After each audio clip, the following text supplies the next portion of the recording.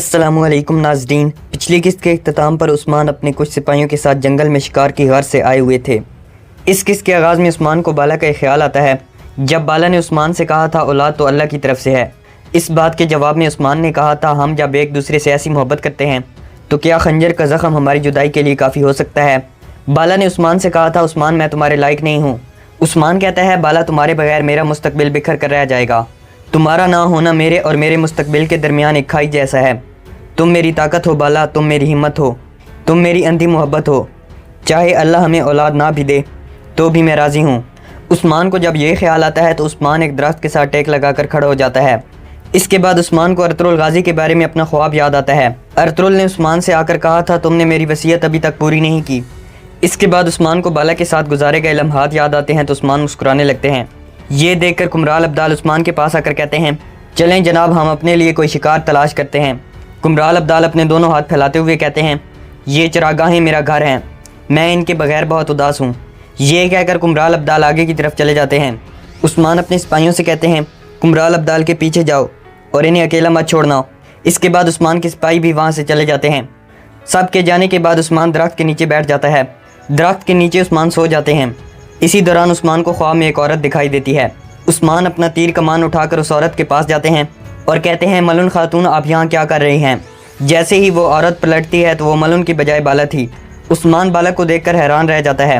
اسی دوران بالا کی ایک آنکھ سے خون کے آنسو نکلنے لگتے ہیں۔ عثمان بالا کا آنسو صاف کرتا ہے تو اسی دوران عثمان خواب سے بیدار ہو جاتے ہیں۔ عثمان جیسے ہی خواب سے بیدار ہوتے ہیں تو کافی پریشان دکھائی دیتے ہیں۔ عثمان کہتے ہیں یا رب میری مدد فرما، میں دل کی چاہت اور عقل کے تردد میں پھنس کر رہ گیا ہوں، یا اللہ مجھے اس امتحان سے بچا۔ اگلے سین میں عثمان شکار سے واپس اپنے قبیلے میں آ جاتا ہے۔ عثمان سرداری نشست کے سامنے کھڑا ہو جاتا ہے اور سرداری علامات کو دیکھنے لگتا ہے۔ اسی دوران بالا عثمان کے پاس آتی ہے اور عثمان سے کہتی ہے آپ کے آنے کا پتہ نہیں چلا حضور۔ بالا عثمان سے پوچھتی ہے آپ کا شکار کیسا رہا؟ عثمان سنجیدہ لہجے میں کہتے ہیں شکاری اور ہرن ایک پرانی کہانی ہے، شکاری اسے شکار نہیں کرنا چاہتا تھا مگر اسے شکار کرنا پڑے گا۔ بالا عثمان کا اشارہ سمجھ جاتی ہے اور کہتی ہے اگر آپ کو شکار کرنا ہے تو کر لیں حضور، مگر آپ کو شکار سے پہلے ہرن کی آنکھوں سے آنکھیں چار کرنی ہوں گی۔ عثمان کہتا ہے میں فیصلہ کر چکا ہوں۔ یہ کہہ کر عثمان سرداری نشست پر آ کر بیٹھ جاتا ہے۔ عثمان بالا کو بھی اپنے ساتھ بٹھا لیتا ہے اور بالا کو بتاتے ہوئے کہتا ہے کائی قبیلے کو ایک ولی عہد دینے کے لیے میں ایک اور شادی کروں گا۔ یہ سن کر بالا کے ہاتھ کانپنے لگتے ہیں اور وہ عثمان کا ہاتھ پکڑتے ہوئے کہتی ہے آپ نے بالکل درست فیصلہ کیا ہے عثمان صاحب۔ بالا اپنا ہاتھ پیچھے کر لیتی ہے اور عثمان سے پوچھتی ہے بتائیں حضور کیا کوئی عورت آپ کے ذہن میں ہے؟ عثمان بالا کا ہاتھ پکڑتے ہوئے کہتا ہے ہاں دماغ میں ہے مگر دل میں تم ہو بالا، اور میرے دماغ میں موجود عورت سے شادی کرنا شیخ ادیبالی کی خواہش ہے۔ بالا کہتی ہے اگر شیخ ادیبالی کی خواہش ہے تو میں اس عورت کو ضرور جانتی ہوں گی، مگر وہ عورت کون ہے عثمان؟ عثمان ملن خاتون کا نام لیتا ہے تو بالا پوچھتی ہے کیا یہ میرے والد محترم کی خواہش ہے؟ عثمان ہاں میں سارے لاتا ہے تو بالا اٹھ کر عثمان سے اس کے تیر لیتے ہوئے کہتی ہے آپ فیصلہ کر چکے ہیں عثمان، آپ کا فیصلہ مبارک ثابت ہو۔ یہ کہہ کر بالا غصے سے عثمان سے تیر کھینچتی ہے تو تیر نیچے گر کر بکھر جاتے ہیں۔ بالا تیروں کو سمیٹتے ہوئے کہتی ہے ٹھیک ہے ملن اعلیٰ خاندان سے ہے، خوبصورت ہے اور وہ ایک اچھی بیوی بھی ثابت ہوگی، وہ آپ کے ساتھ جچے گی اور آپ کو اولاد سے نوازے گی۔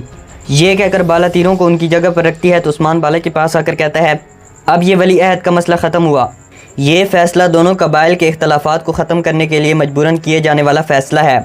عثمان بالا سے کہتا ہے اگر تم کہو مجھے منظور نہیں ہے اور اگر تمہیں ملن خاتون سے تکلیف پہنچتی ہے تو میں کوئی اور خاتون تلاش کروں گا۔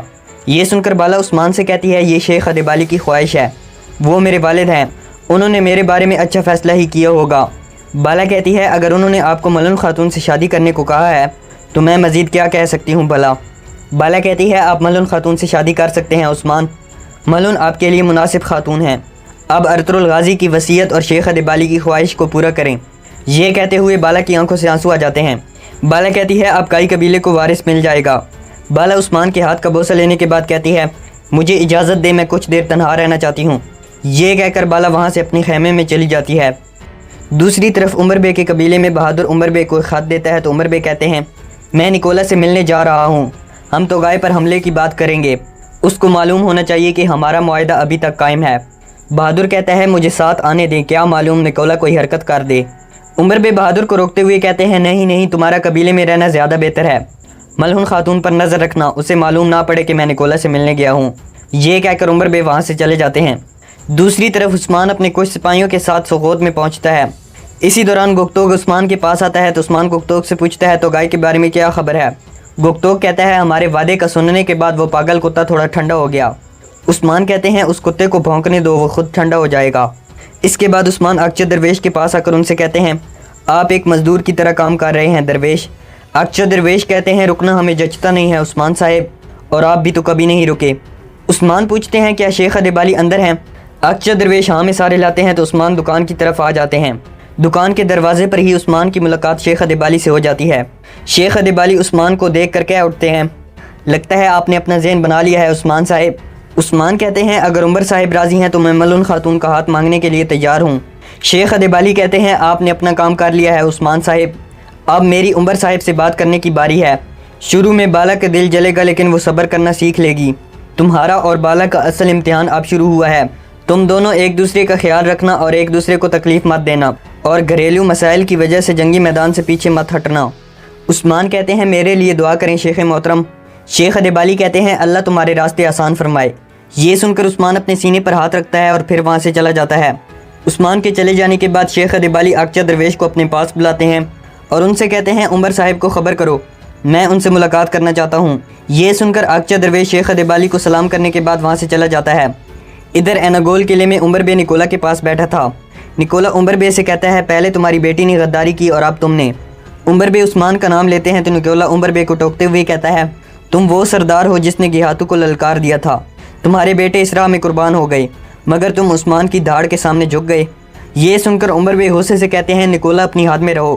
نکولا کہتا ہے عمر صاحب تم نے زمین کے ایک چھوٹے سے ٹکڑے کی خاطر عثمان کی اطاعت قبول کر لی اور اس نے تمہارے دشمن کے سامنے ہاتھ باندھ دیے۔ نکولا کھڑے ہوتے ہوئے کہتا ہے عثمان کو سلطان کی طرف سے انعامات دیے گئے۔ نکولا عمر بے کے پاس آ کر کہتا ہے مگر تمہاری کارکردگی کیا ہے عمر بے؟ عمر بے غصے سے کہتے ہیں بہت ہو گیا، اب چپ رہو نکولا، ابھی تو اگائے کے ساتھ معاملہ ختم نہیں ہوا۔ یہ سن کر نکولا حیرانگی سے پوچھتا ہے تمہارا کیا مطلب ہے؟ عمر بے کہتے ہیں اپنے دشمن سے لڑنے کے لیے نہ تو مجھے عثمان، نہ سلطان اور نہ ہی گیہاتو کی اجازت کی ضرورت ہے، اور میں یہاں اسی لیے آیا ہوں۔ یہ سن کر نکولا شیطانی مسکراہٹ دیتا ہے تو عمر بے کہتے ہیں اگر تم میں تو اگائے پر حملہ کرنے کی جرت ہے تو میں تمہیں بتانا چاہتا ہوں کہ میں بھی حملے کے لیے تیار ہوں۔ نکولا کہتا ہے ہم نے اس بارے میں بات تو کر لی عمر صاحب، لیکن میں یقین کیسے کروں کہ آپ پھر سے مجھے دھوکہ نہیں دیں گے؟ عمر بے کہتے ہیں اگر توغائے کا سار اتارنے کے لیے مجھے اپنی جان کی قربانی بھی دینا پڑی تو پھر بھی میں پیچھے نہیں ہٹوں گا۔ یہ سن کر نکولا عمر بے کی بات پر یقین کر لیتا ہے اور عمر بے کو ایک نقشہ دکھانے لگتا ہے۔ دوسری طرف بالا اور گونچا قبیلے میں اکٹھی بیٹھ کر کشیدہ کاری کر رہی تھیں۔ بالا گونچا سے کہتی ہے چلو سوغوت چلتے ہیں، چونکہ ہم نے عثمان صاحب کے لیے ایک لڑکی کا ہاتھ مانگنا ہے، اسی لیے کچھ ضروری چیزیں خریدنی درکار ہیں۔ گونچا پوچھتی ہے ہم کس کا ہاتھ مانگیں گے بالا؟ بالا کہتی ہے ملون خاتون کا۔ یہ سن کر گونچا حیرانگی سے کہتی ہے یہ تم کیا کہہ رہی ہو بالا؟ کیا ہم ملون خاتون کا ہاتھ عثمان صاحب کے لیے مانگنے جائیں گی؟ بالا کہتی ہے تم نے ٹھیک سنا ہے گونچا۔ گونچا کہتی ہے ملون خاتون ہی کیوں؟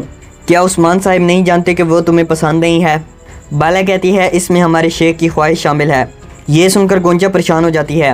دوسری طرف عمر بے شیخ ادیبالی کے پاس آتے ہیں اور انہیں سلام کرنے کے بعد کہتے ہیں مجھے ایناگول میں ایک ضروری کام تھا لیکن میں اپنے شیخ کی آواز پر دوڑا چلا آیا۔ اس کے بعد شیخ ادیبالی اور عمر صاحب بیٹھ جاتے ہیں۔ شیخ ادیبالی عمر بے سے کہتے ہیں دو عظیم ترکمان سرداروں کے درمیان تعلق اچھا نہیں ہے، اس کے پیش نظر کہ دو قبائل ایک دوسرے کے قریب آ جائیں تو اس کے لیے ضروری ہے کہ دونوں قبائل کے درمیان ایک شادی کروائی جائے۔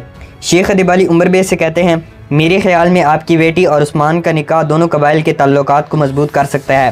یہ سن کر عمر بے سوچ میں پڑ جاتے ہیں تو شیخ ادیبالی کہتے ہیں آخر میں فیصلہ آپ نے ہی کرنا ہے عمر صاحب، امید ہے کہ آپ اچھا فیصلہ کریں گے۔ عمر بے غیر یقینی سے کہتے ہیں شیخ محترم اچانک سے ایسا فیصلہ کرنا میرے لیے مشکل ہے۔ اس کے بعد عمر بے کو ایک خیال آتا ہے جب ملون عثمان کی ہاں میں ہاں ملا رہی تھی۔ یہ خیال آتے ہی عمر بے سمجھتے ہیں کہ ملون خاتون اس شادی سے راضی ہوگی۔ عمر بے شیخ ادیبالی سے کہتے ہیں اگر عثمان صاحب خود تشریف لائیں تو یہ اچھا ہوگا۔